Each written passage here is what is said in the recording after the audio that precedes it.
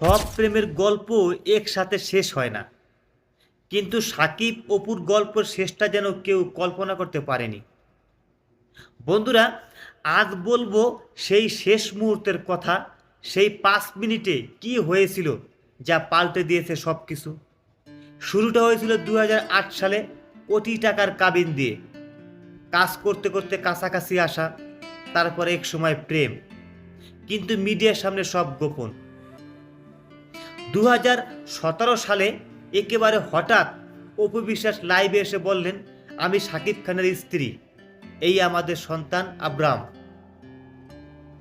বন্ধুরা, বাংলাদেশ জুড়ে হইচই, শাকিব তখন ছিলেন শীর্ষে। অপু দীর্ঘ বিরতিতে এই ঘোষণায় শাকিব খান চুপচাপ, তারপরে শুরু হয় দূরত্ব।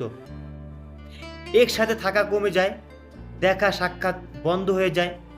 অপু বলেন, শেষবার দেখা হয়েছিল একান্তে, তিনি চেয়েছিলেন পরিবারটা টিকুক। সাকিব বলেছিলেন, তুমি আমাকে মিডিয়ার সামনে ছোট করেছো।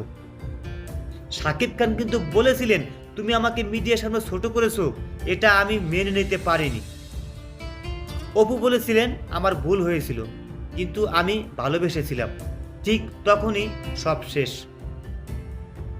ঠিক তখনই সব শেষ।